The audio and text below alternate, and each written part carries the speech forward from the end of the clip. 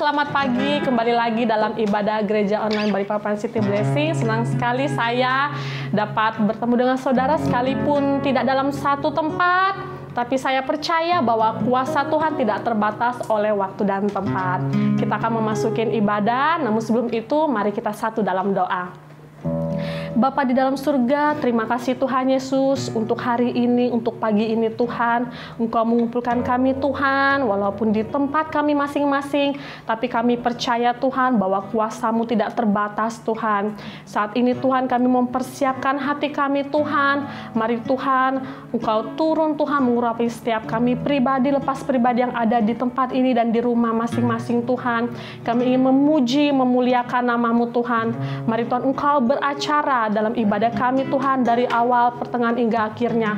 Terima kasih Tuhan Yesus, kami serahkan ibadah kami ke dalam tangan-Mu. Di dalam nama Tuhan Yesus kami berdoa dan mengucap syukur. Haleluya, amin. Oke saudara, siap untuk memuji Tuhan pagi ini saudara? Yes, kita katakan haleluya. Kita angkat satu pujian, kasihnya seperti sungai.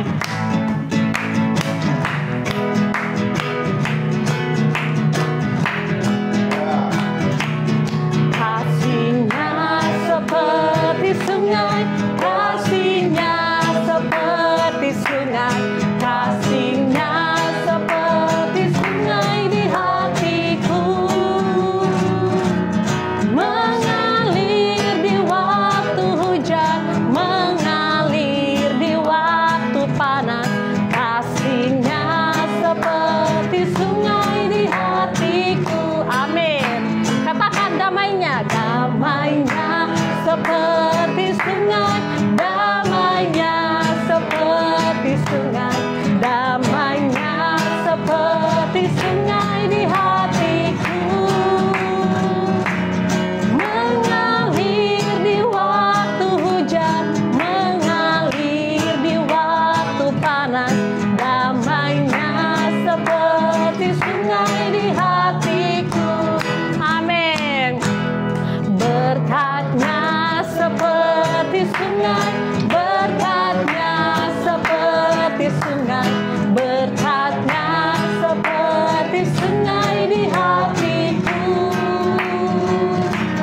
mengalir di waktu susah, mengalir di waktu senang, berkatnya seperti sungai di hatiku.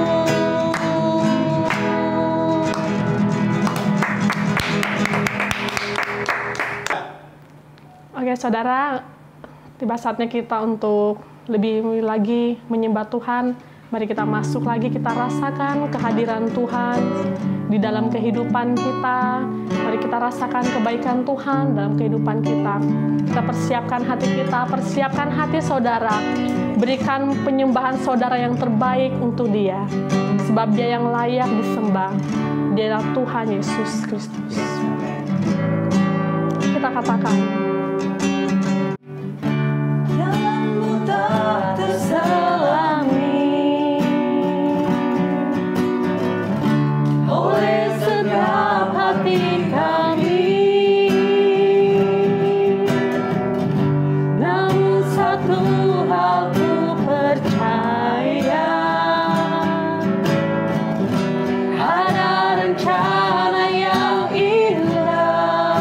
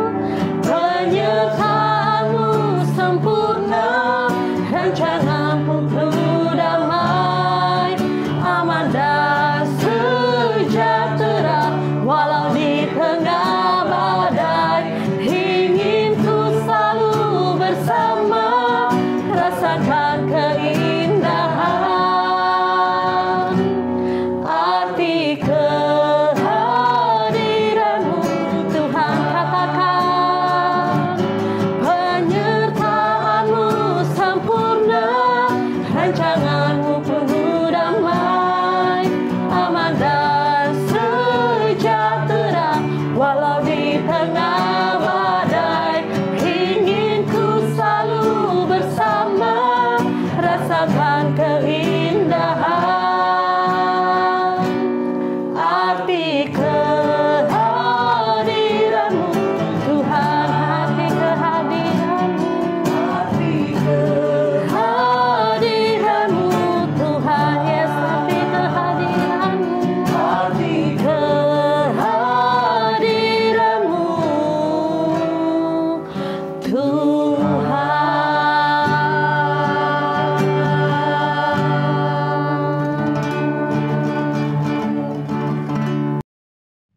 Shalom, selamat hari Minggu.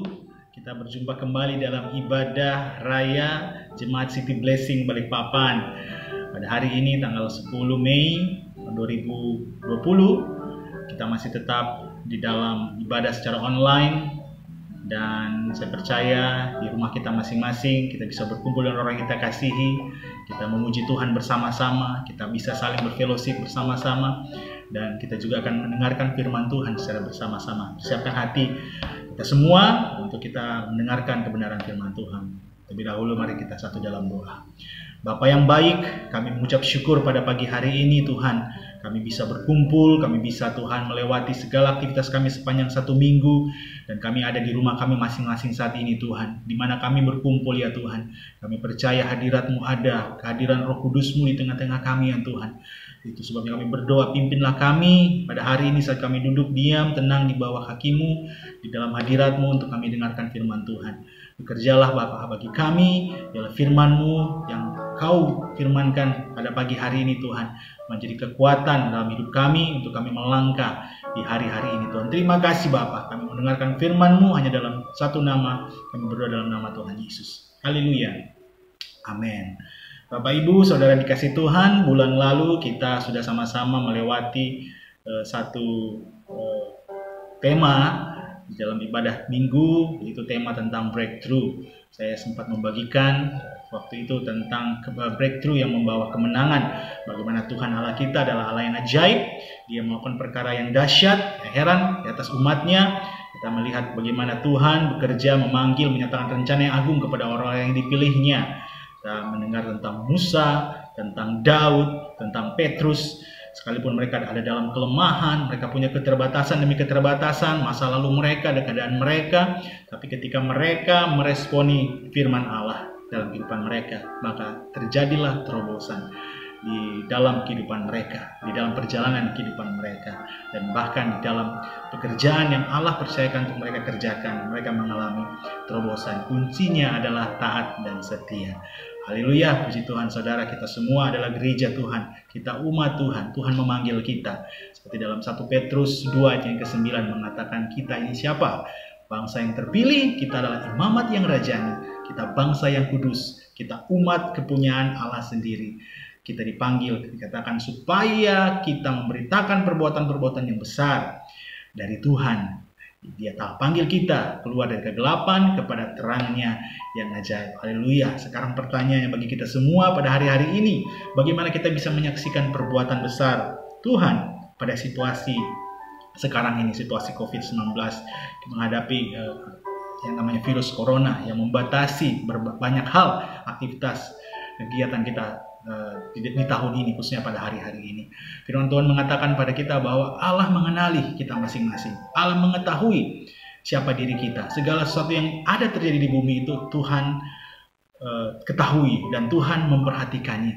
Kalau kita melihat dalam Amsal 15 ayat ketiga, mata Tuhan ada di segala tempat. Dia mengawasi orang yang jahat dan dia mengawasi orang yang baik. Saudara-saudara, kita harus sadari bahwa God is in control. Tuhan ada dan dia tidak diam, dan dia bergerak, dia bertindak di tengah-tengah umatnya. Firman Tuhan mengatakan, apakah kita memahami, apakah kita mengenal Tuhan, kita mengerti kehendak Tuhan dan rencananya, khususnya pada hari-hari ini. Kita manusia kebanyakan mungkin mau ada kemauan dalam hidup kita, ada kerinduan dalam hati kita, ada harapan, ada cita-cita yang kita mau untuk kita capai di masa yang akan datang. Kita mungkin juga berdoa, kita rajin dan sebagainya kepada Tuhan karena ada keinginan dalam hati kita. Tapi saat ini pertanyaannya kembali adalah, apakah kita mau mengetahui rencana Tuhan dalam kehidupan kita? Di dalam Ibrani 4 ayat 13 dikatakan, tidak satu makhluk yang tersembunyi di hadapan Tuhan, bahwa segala sesuatu telanjang, transparan, saudara. dan terbuka di depan mata Tuhan. Kepadanya kita harus memberikan pertanggungjawaban. Kita masing-masing gereja diberikan tanggung jawab kepada Tuhan hari-hari ini. Bagaimana kita bisa menjadi berkat, menjadi garam dan terang. Mungkin hari-hari ini banyak orang, termasuk saya, termasuk Bapak Ibu Saudara yang ada. Kita menghadapi situasi ini. Ada pengeluhan yang terjadi secara manusia, secara daging. Ada kesulitan yang kita hadapi. Mungkin kita berdoa, tetapi dengan penuh keraguan atau kecemasan. Dan sepertinya ada kehilangan harapan untuk hari esok. Tapi percayalah, firman Tuhan kembali mengingatkan kita. Yesaya 40:27, sekalipun ada orang yang berkata dalam firman Tuhan ini, dikatakan Yakub berkata, dan beginilah kata Israel, bahwa hidupku tersembunyi dari Tuhan dan aku tidak diperhatikan Allahku. Sepertinya ada pertanyaan, di manakah Allah dalam situasi seperti ini? Di manakah Tuhan pada kondisi seperti ini? Tapi firman Tuhan kembali mengatakan, Tuhan berkata, tidakkah kau tahu? Tidakkah kau dengar? Tuhan ialah Allah yang kekal, yang menciptakan bumi dari ujung ke ujung. Ia tidak menjadi lelah dan ia tidak menjadi lesu, tidak terduga pengertiannya. Inilah Tuhan kita, saudara. Dia menyatakan dirinya kepada umat yang bertanya kepadanya, di manakah engkau ya Tuhan? Apakah engkau memperhatikan keadaanku ya Tuhan? Firman Tuhan mengingatkan kita, Dia Allah yang ada. Dia memberi kekuatan kepada yang lelah. Dia menambah semangat kepada yang tiada berdaya. Firman Tuhan mengatakan orang-orang muda menjadi lelah dan lesu, dan teruna-teruna jatuh tersandung. Orang bisa kehilangan kekuatan, orang bisa kehilangan daya. Tetapi firman Tuhan berkata, mereka yang menanti-nantikan Tuhan mendapat kekuatan baru. Supaya burung rajawal yang naik terbang dengan kekuatan sayapnya, mereka berlari dan tidak menjadi lesu, mereka berjalan tidak menjadi lelah. Kuncinya, saudara, kita menanti-nantikan Tuhan pada hari-hari ini. Biarlah hari ini saat kita merenungkan firman Tuhan, Tuhan memberikan kita kekuatan baru, Tuhan memberikan kita pengharapan yang baru untuk menghadapi hari-hari yang kita di depan, untuk menjalaninya dengan iman dan pengharapan. Baik, hari ini tema firman Tuhan yang akan saya bawakan adalah mengenai ketekunan. Saudara, ketekunan ini sangat penting. Mari kita akan melihat di dalam Wahyu pasalnya yang ketiga, ayat 7 sampai ayat yang ke-13. Tapi mari kita akan baca dari ayat yang ke-7. Pertama saya bacakan. Dan tuliskanlah kepada malaikat jemaat di Philadelphia, inilah firman dari yang kudus, yang benar, yang memegang kunci Daud. Apabila ia membuka, tidak ada yang dapat menutup. Apabila ia menutup, tidak ada yang dapat membuka.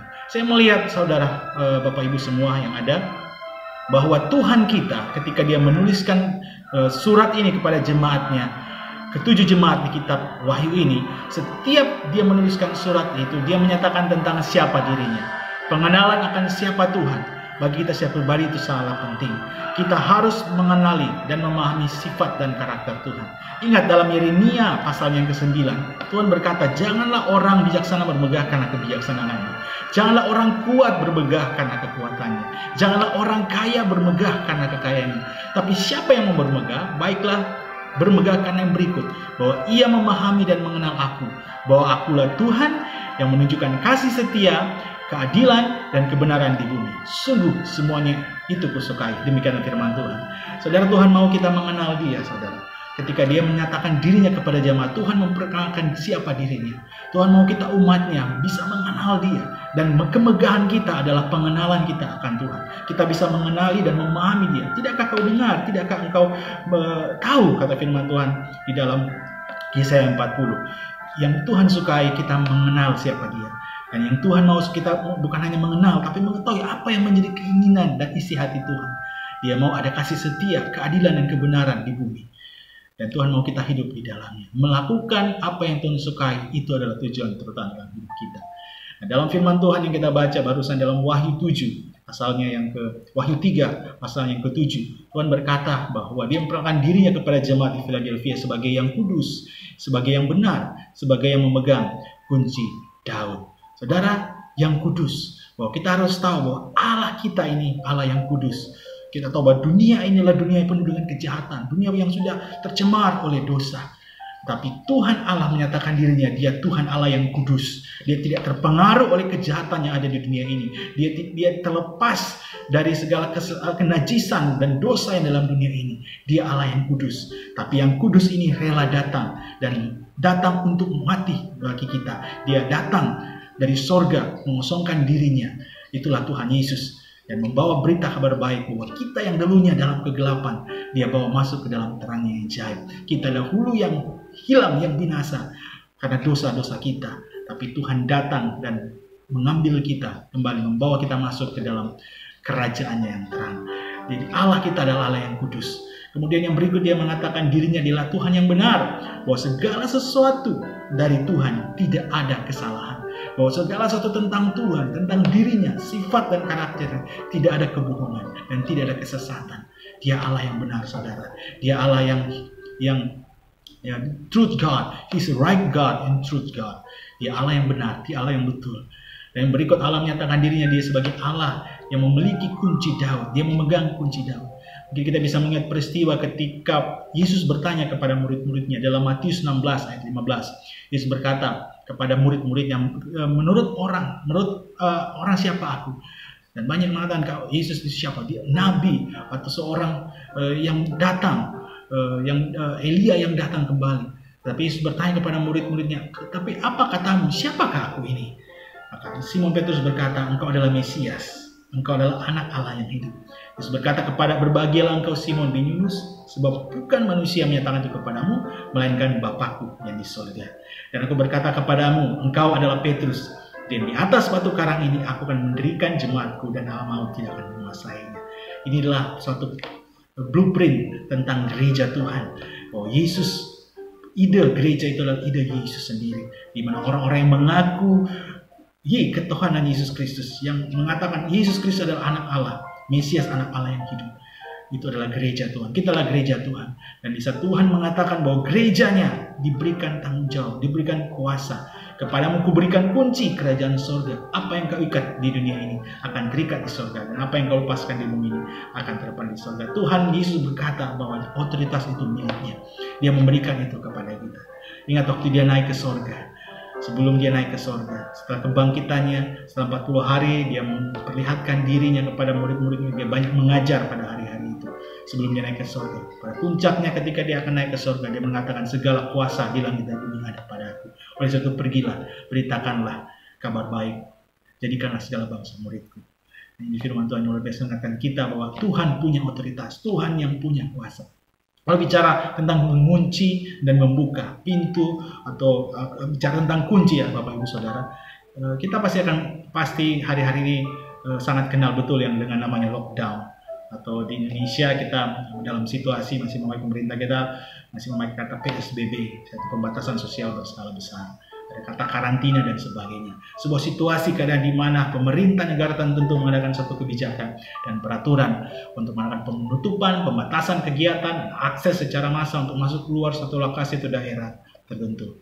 Contohnya kita ini di Balikpapan, jalan yang ditutup, banyak jalan pada jam-jam tertentu bisa dilewati, ada yang bisa tidak dilewati. Ada pembatasan akses.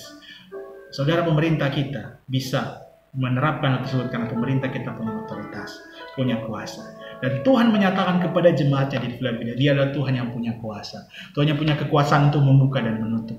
Dan dia juga mempercayakan kita, gereja Tuhan, dengan otoritas yang sama untuk memberitakan kabar baiknya, untuk memberitakan tentang dia, dan bergerak di dalam kuasanya, tentu bersama dengan kuasa Roh Kudus. Gereja adalah gereja yang diberikan kuasa oleh Tuhan. Hari-hari ini kita bisa menjadi berkat, saudara. Dia yang punya otoritas itu. Selanjutnya, setelah Allah memperkenalkan dirinya kepada jemaatnya, dialah yang kudus, dialah yang benar, dan dialah yang punya otoritas. Pada ayat yang 8 kita baca selanjutnya. Aku tahu segala pekerjaanmu. Lihatlah, aku telah membuka pintu bagimu yang tidak dapat ditutup oleh seorang pun. Aku tahu bahwa kekuatanmu itu tidak seberapa. Namun engkau menuruti firmanku dan engkau tidak menyangkal namaku. Saudara, setiap firman Tuhan di dalam surat kepada ketujuh jemaat, Tuhan Yesus selalu menyatakan tentang bahwa dia mengetahui, aku tahu, dikatakannya. Aku tahu segala keadaanmu, aku tahu pekerjaanmu, aku tahu di mana engkau berada. Dan hal ini diulang-ulang ketika Tuhan Yesus berbicara kepada jemaatnya. Saudara-saudari yang dikasihi Tuhan, ini meneguhkan kembali kepada kita semua. Tuhan sangat mengetahui kondisi kita. Ia mengerti betul apa yang kita hadapi pada hari-hari ini. Tuhan berbicara pada ayat ini bahwa ia Tuhan yang sanggup membuka pintu bagi kita. Dia Tuhan yang sanggup karena dia memiliki kunci. Dia memiliki kuasa untuk membuka pintu yang sekalipun pintu itu bagi kita sudah tertutup.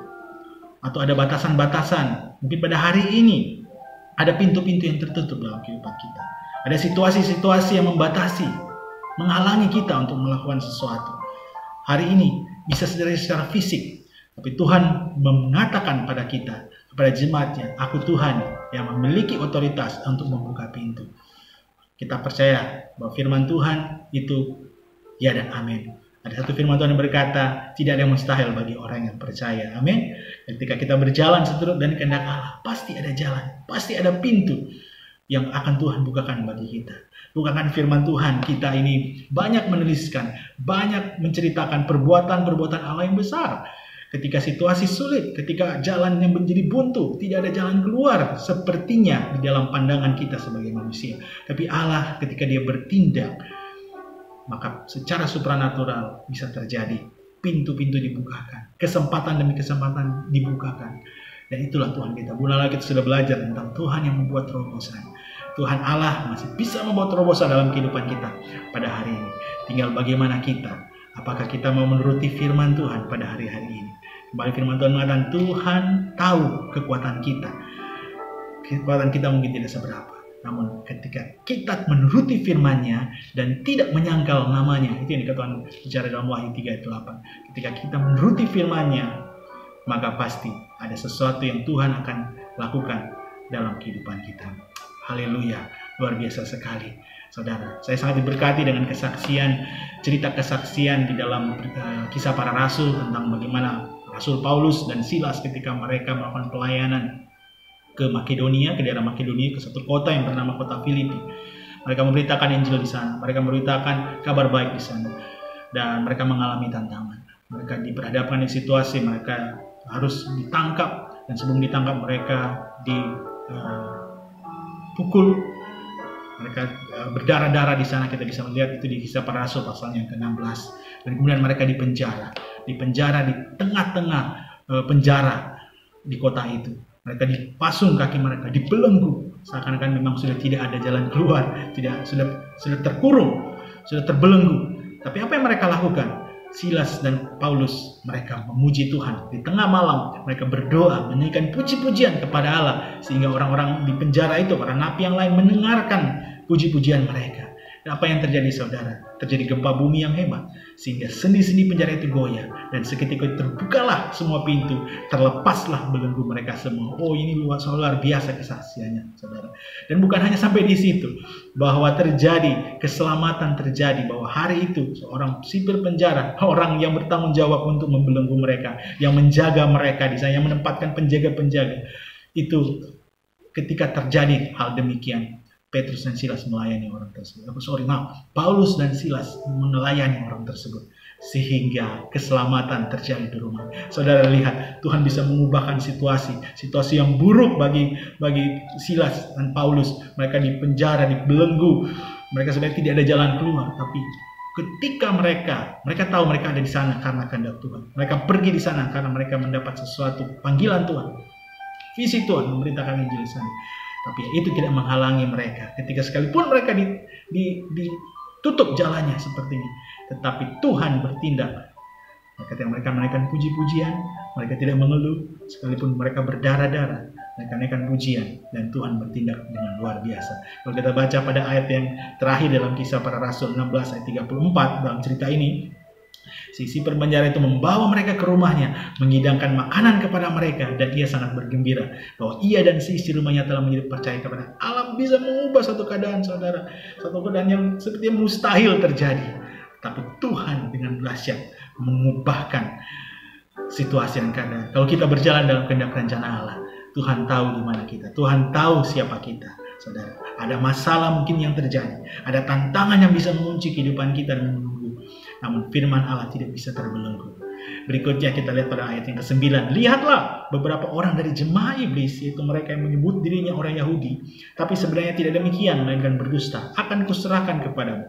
Sesungguhnya aku akan menyuruh mereka datang dan tersungkur di depan kakimu dan mengaku bahwa aku mengasihi engkau. Firman Tuhan berkata di sini bahwa pembelaan Tuhan itu akan selalu ada bagi kita yang percaya kepadanya. Pembelaan Tuhan itu akan ada. Dalam kehidupan kita ini, pada hari ini ada banyak sekali terjadi penyesatan di mana-mana. Tuhan Tuhan Yesus sudah berkata bahwa akan ada penyesatan, saudara. Akan ada Injil yang palsu.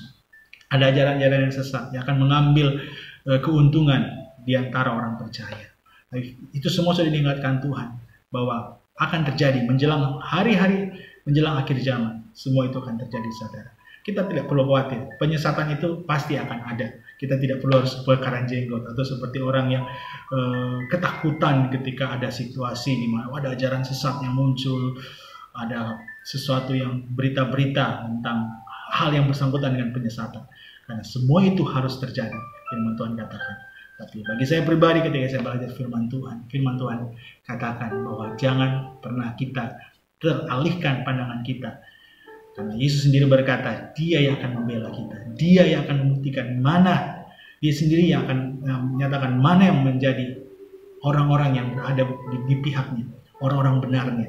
Bahwa Tuhan yang akan memberikan perbedaan itu, saudara.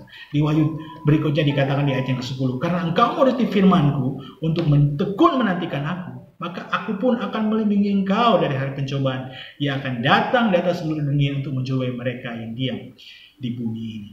Jadi saudara, kalau kita tekun dengan firman Tuhan, untuk tekun menantikan Tuhan, tekun apapun firman Tuhan yang kita dengarkan, dan kita dengan setia melakukannya, maka Tuhan sendiri akan melindungi kita dari segala pencobaan yang datang atas dunia ini. Pencobaan yang hari-hari ini kita alami, Tuhan yang akan melindungi kita, saudara. Kuncinya adalah ketekunan di dalam menuruti firman Tuhan. Maka Tuhan akan melakukan perlindungan dalam kehidupan kita. Memang Tuhan Yesus sendiri berkata hari pencobaan itu atas seluruh itu akan datang, saudara. Yesus berkata di ayat ini, ada pencobaan yang datang bukan hanya di satu tempat, bukan hanya di satu geografis tertentu, tetapi di seluruh dunia, kepada semua orang yang diam di bumi. Sebelum ia datang, masa sukar itu akan datang. Coba kita lihat hari-hari ini, kejahatan merajalela di mana-mana, kesusahan ada di mana-mana. Jadi bagaimana sikap kita? Tuhan katakan jangan takut. Jangan takut. Jadi selanjutnya kalau kita baca di pasal ketiga ayat ke-11, Yesus katakan, aku datang segera. Peganglah apa yang ada padamu. Saya percaya inilah sikap yang Tuhan mau bagi kita. Peganglah apa yang ada padamu, supaya tidak seorang pun yang mengambil mahkotamu. 2 kali Tuhan Yesus berbicara tentang peganglah apa yang padamu ketika dia berfirman kepada ketujuh jemaat. Yaitu di jemaat di Tiatira dan di jemaat di Philadelphia yang kita baca saat ini. Apa yang ada di jemaat Tiatira ketika Tuhan Yesus berbicara bahwa peganglah apa yang ada padamu. Di Wahyu 2 ayat yang ke-19. Aku tahu segala pekerjaanmu, baik kasihmu maupun imanmu, baik pelayananmu maupun ketekunanmu. Aku tahu bahwa pekerjaanmu yang terakhir lebih banyak daripada yang pertama. Saudara, apa yang ada padamu? Kata Tuhan, kasih, iman, pelayanan, ketekunan, kerajinan yang mereka melakukan yang lebih dari yang pertama. Firman Tuhan katakan, sekalipun mereka ditegur Tuhan karena ada kompromi terhadap dosa, ada kompromi terhadap yang Tuhan tidak sukai kepada jemaat yang ada di Tiatira. Tapi Tuhan katakan, pegang apa yang ada padamu. Dan hal yang sama juga Tuhan katakan kepada jemaat di Philadelphia, pegang apa yang ada pada jemaat ini. Mereka tekun menantikan Tuhan, mereka tekun menuruti firman Tuhan. Mari kita tetap setia dalam melakukan segala firman Tuhan, saudara, sekalipun pada masa-masa yang seperti ini. Pencobaan bisa datang, saudara, di tengah-tengah kita. Tapi bagaimana kita hidup di dalam ketekunan kita kepada Tuhan. Kita gereja adalah keluarga Allah. Philadelphia itu artinya kasih persaudaraan. Bapa sebagai Tuhan kita, Allah Bapa kita. Kita dipersatukan bersama-sama oleh Kristus Yesus menjadi keluarga di dalam Tuhan. Dan kita juga adalah warga kerajaan Allah. Kita hidup di dalam kerajaannya, di mana Dia memerintah kita sebagai raja. Bagaimana kita hidup sebagai warga kerajaan satu dengan yang lain, untuk menerapkan kasihnya antara sesama kita dan mengasihi orang lain. Di dalam bahasa Girika, kata ketekunan ini hupomunai. Itu adalah sebuah konsistensi yang berkelanjutan, ketahanan atau endurance dalam kesetiaan untuk bertahan, untuk menanti sesuatu. Penting sekali ketekunan ini, saudara. Itulah sebab Tuhan katakan kepada jemaat Philadelphia, ketika engkau bertekun menantikan aku, ketika engkau tekun menantikan kebenaran dan firman, kita bisa melihat beberapa hal tentang ketekunan ketika dalam Lukas 8:15. Firman Tuhan berkata, yang jatuh di tanah yang baik itu ialah orang yang setelah mendengar firman itu menyimpannya dalam hati yang baik dan mengeluarkan buah dalam ketekunan. Firman Tuhan yang kita dengar, yang kita datang dalam hidup kita, yang kita simpan di tanah hati kita, itu menjadi tanah yang subur. Itu bisa mengeluarkan buah di dalam ketekunan, kata firman Tuhan. Dalam Roma 5 ayat 3 sampai ayat yang kelima, firman Tuhan katakan, bukan hanya itu saja, kita malah bermegah juga dalam kesengsaraan kita. Karena kita tahu bahwa kesengsaraan itu menimbulkan ketekunan. Dan ketekunan menimbulkan tahan uji. Dan tahan uji menimbulkan pengharapan. Dan pengharapan tidak mengecewakan. Karena kasih Allah telah dicurahkan dalam hati kita oleh Roh Kudus yang telah dikaruniakan kepada kita. Puji Tuhan saudara. Sekalipun kita mengalami kesengsaraan pada hari-hari ini. Tapi ketika kita terus bertekun, maka kita akan menghasilkan buah. Teman-teman katakan bahkan ada ketahanan, tahan uji yang menimbulkan pengharapan. Dan pengharapan di dalam Tuhan tidak pernah akan mengecewakan saudara. Haleluya saudara, luar biasa firman Tuhan. Dalam Yakobus 1 ayat 2 sampai ayat 11. Saudara-saudara, anggaplah satu kebahagiaan apabila kamu jatuh ke dalam berbagai-bagai pencobaan. Dan pernah takut ketika ada pencobaan saudara. Karena Tuhan ada perlindungan Tuhan atasnya. Dan dikatakan anggaplah satu kebahagiaan. Seperti Paulus dan Silas, mereka memuji Tuhan di tengah-tengah kesengsaraan mereka. Karena mereka tidak sengsara karena perbuatan dosa mereka. Mereka sengsara karena melakukan perbuatan baik, pekerjaan yang Tuhan mau untuk mereka lakukan. Sebab kamu tahu bahwa ujian terhadap imanmu itu menghasilkan ketekunan. Haleluya, iman kita diuji dan akan menghasilkan ketekunan. Dan biarlah ketekunanmu itu memperoleh buah yang matang, supaya kamu menjadi sempurna dan utuh dan tak kekurangan satu pun. Haleluya. Hari ini bisa saja orang mereka, kami kekurangan secara ekonomi, kami kekurangan secara daya dan kemampuan karena situasi ini. Tapi firman Tuhan, ketekunan itu akan memperoleh buah yang matang, saudara. Buah daripada Roh itu sendiri. Kesabaran, kesetiaan, kebaikan, kelemah lembutan, pengendalian diri. Buah Roh yang Tuhan mau kita sebagai gereja Tuhan menghasilkan buah yang banyak bagi kerajaannya, bagi kemuliaannya. Yang terakhir, kalau kita lihat tentang ketekunan ini di dalam Ibrani 10, marilah kita tetap teguh berpegang pada pengakuan tentang pengharapan kita, sebab Ia yang menjanjikannya setia. Dan marilah kita saling memperhatikan supaya kita saling mendorong dalam kasih dan dalam pekerjaan yang baik. Janganlah kita menjauhkan diri dari pertemuan-pertemuan ibadah kita, sekalipun hari ini kita tidak bisa bertemu secara fisik, tapi kita bisa bertemu secara online dengan teknologi yang Tuhan sudah berikan, yang ada pada hari-hari ini bisa mempermudah komunikasi kita, pertemuan kita. Jadi kita seperti yang biasakan oleh beberapa orang, dikatakan ada orang yang menghindari pertemuan-pertemuan ibadah. Tuhan, jangan jauhkan diri kita. Marilah kita saling menasihati, kata firman Tuhan. Dan semakin giat melakukannya menjelang hari Tuhan yang mendekat. Sebab itu janganlah kamu melepaskan kepercayaanmu, karena besar upah yang menantinya. Sebab kamu memerlukan ketekunan. Firman Tuhan dari Ibrani mengatakan kita butuh ketekunan. Supaya sesudah kamu melakukan kehendak Allah, kamu peroleh apa yang Dia janjikan itu. Itu saudara, kita diingatkan kembali supaya kita tidak mundur, supaya kita tidak menyangkali iman kita di tengah-tengah situasi pada hari-hari ini. Saudara, janji Tuhan di dalam Wahyu 3 ayat 12 ketika Tuhan Yesus menutup pesannya kepada jemaat di Philadelphia dalam surat ini. Barang siapa menang, ayat 12, ia akan kujadikan soko guruku di dalam bait suci Allahku, dan ia tidak akan keluar lagi dari situ. Dan daripadanya akan tuliskan nama Allahku, nama kota Allahku, yaitu Yerusalem baru yang turun dari sorga, dari Allahku dan namaku yang baru. Saudara, inilah reward yang Tuhan siapkan bagi kita. Pengharapan kita tertuju kepadanya. Pengharapan kita tertuju kepada upah yang kekal, bukan yang bisa binasa, yang bisa lekang habis oleh waktu di bumi ini, saudara.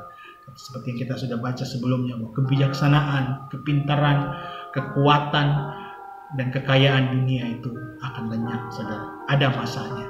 Tapi apa yang Tuhan siapkan bagi kita, dikatakan yang akan datang itu hal yang kekal.